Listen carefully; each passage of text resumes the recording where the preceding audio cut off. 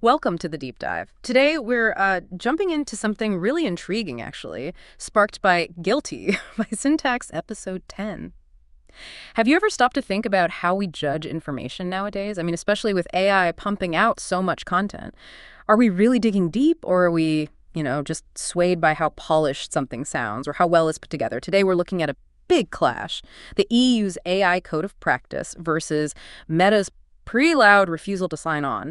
And we're going to look at it through this really specific lens that might just reveal what's actually driving this whole thing. That's exactly it. This isn't just some dry legal battle you might read about in the footnotes. What we're really seeing, as the source puts it, is almost like a performance, a semiotic spectacle, Right. self-interest, all dressed up as high-minded disagreements, like governance is theater.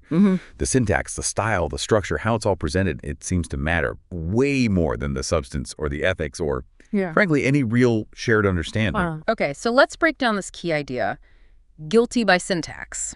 It comes from Erickson Katz's 2025 work.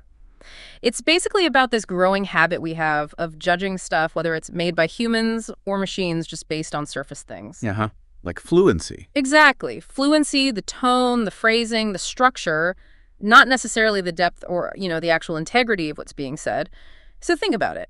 An AI that just sounds right, sounds confident, we just kind of assume it is right without really questioning it. Yeah, happens all the time. And policies, too. A policy that reads well, it's clear, elegant, maybe we tend to assume it'll work well, that it's fair, even if we haven't really thought through the messy real-world consequences. And the consequences of this sort of cultural drift toward performative clarity are pretty significant. It creates this feedback loop. We start rewarding things just because they're easy to read or look good.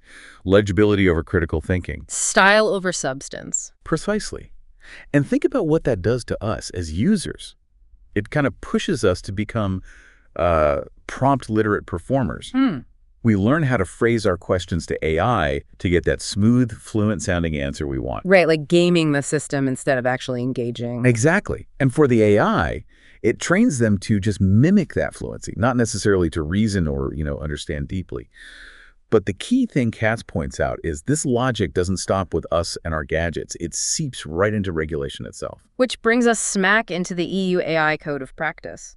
Now, on the face of it, it's sold as this voluntary thing, right? A safeguard, aligning innovation with ethics. Sounds pretty reasonable, collaborative even. It does sound good, doesn't it? Like everyone holding hands. But apply that Guilty by Syntax lens, and, well, you see something else. Beneath that nice collaborative language, the source points to a pretty clear, coercive structure. Coercive? How so if it's voluntary? Well, voluntary is maybe stretching it. There's this dynamic, sign or be scrutinized. Yeah. If you sign up, you get certain, let's say, legal incentives, benefits. But if you don't sign, like Meta... Then you're under the spotlight. Exactly. More scrutiny, more pressure. It becomes, essentially, governance via checkbox. It encourages what Katz calls a query mindset. Developers are just expected to give the pre-formatted answers that tick the compliance boxes. So discourages real back and forth. Absolutely. Discourages genuine deliberation.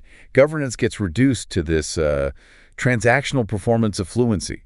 Just say the right things, check the right boxes, and maybe the real issues don't get tackled. It's performance, not partnership. Okay, but who does this actually affect most on the ground? Because here's where it gets really interesting. There's this potential paradox with these kinds of regulations. They often place a disproportionate burden on the little guys, small and medium-sized enterprises, the SMEs. Right. Because you think about the giants, Meta, Microsoft, Google, they've got armies of lawyers, huge resources. They can handle the compliance costs. They can even lobby to shape the rules, maybe use it for PR.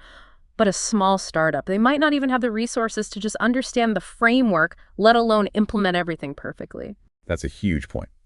And it leads to what's known as a regulatory chilling effect. If the cost and hassle of complying seem bigger than the risk of not complying, or just too overwhelming, what happens? It just stop and hide. Pretty much. SMEs might pull back from innovating in certain areas. They might avoid registering their AI tools publicly. Some might even just give up on AI development altogether. Think about, say, a small HR tech company with a smart scheduling tool. Under a broad code, they could face the same kind of documentation burden as a giant language model influencing millions. Oh, wow. So the same syntax, the same rules applied everywhere. It punishes diversity. This one-size-fits-all syntax can accidentally squash that grassroots innovation we actually need. Yeah. And ironically, instead of making AI safer for everyone, it could end up just cementing the dominance of big tech. They're the only ones who can afford to, perform the syntax perfectly. Okay, so flipping to the other side. Meta. Big public refusal to sign. Their story is this is a principled stand for innovation. They argue the code goes too far beyond the actual EU AI Act, creates legal confusion. Sounds almost heroic, right? Standing up for progress. It sounds very polished, very confident. But again, let's use the syntax lens. Remember Katz's warning. Let us not mistake fluency for forthrightness. Meta's language is, just as the source describes, polished, confident, perfectly tuned to that tech industry vibe of freedom to innovate. It's a good performance. An excellent performance, but could it be masking something else, like maybe preserving their fundamental business model, which is built on data? So connect the dots there. Well, think about the things they seem resistant to, like really clear rules on data provenance, knowing exactly where training data came from, or strong opt-out mechanisms for users. Resisting those isn't just about regulatory nitpicking. It looks a lot like strategic self-interest, protecting the data engine. So what you see is this careful orchestration, using that fluent, innovation-focused language to potentially sidestep deeper accountability. And the way this whole thing gets reported, media, think tanks, policymakers, it often feels very black and white. It's framed as this simple choice. You're either team ethical regulation or team reckless innovation. And that binary itself, that simple choice, is also a performance. That's what Katz calls syntactic sensationalism. The whole debate turns into a show, perfect for headlines, easy to grasp, but what gets lost? All the messy details, the nuance, completely lost. Governance, which needs to be about careful balancing acts, gets flattened into brand positioning, a PR war. And the real problem, the core issue, is when governance becomes just a performance. The actual hard work, the listening, the dialogue, the reflection, finding common ground, co-creating solutions, that just stops. It falls silent. So the standoff isn't just about the rules themselves. It's a fundamental failure to listen. Both sides are busy performing fluency, projecting authority, defending their own stories. But nobody's really engaging. They're broadcasting at each other, not talking with each other. Okay, so if this performative approach leads to gridlock, what's the way out? What does this all mean for us? The source mentions an alternative, conversational governance, powered by something called AI conversational engagement. Exactly. And this isn't just, a pie-in-the-sky idea. The core shift is moving away from that rigid prompt response game we talked about, input, get pre-approved output. Instead, it's about dialogic co-construction, building understanding together. How does that work in practice? Well, the idea is that governance needs to reflect the complexity, the plurality of views, not suppress it. It has to prioritize reflective meaning-making, actually understanding each other over extractive metrics, just collecting data points or checking boxes.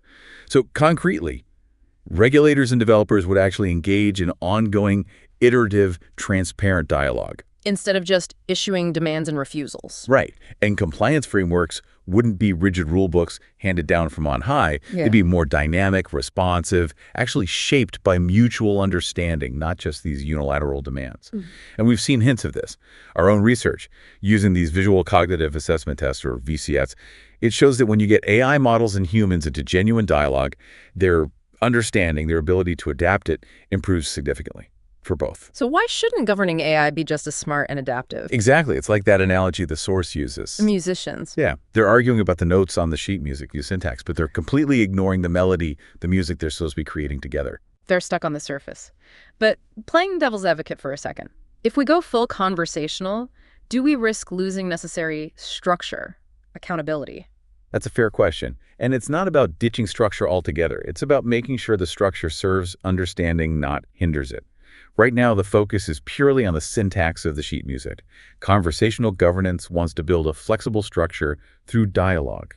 Accountability comes from that shared understanding and mutual commitment, not just from ticking a box on a form someone else designed. Okay, so wrapping this up, our dive today, using that guilty by syntax lens from Katz's work, it really shows the EU metafight isn't just about AI rules.